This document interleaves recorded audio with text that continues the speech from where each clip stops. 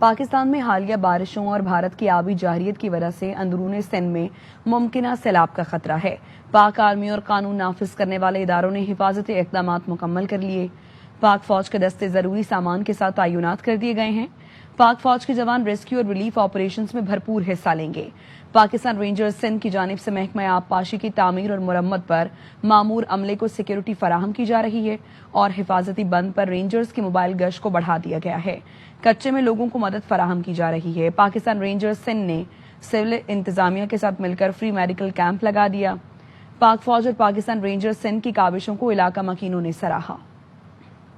पाकिस्तान में हालिया बारिशों और भारत की आबी जारहियत की वजह से अंदरूनी सिंध में मुमकिना सैलाब का खतरा है। पाक आर्मी और कानून नाफिज करने वाले इदारों ने हिफाजती इकदाम मुकम्मल कर लिए। पाक फौज के दस्ते जरूरी सामान के साथ तैनात कर दिए गए हैं।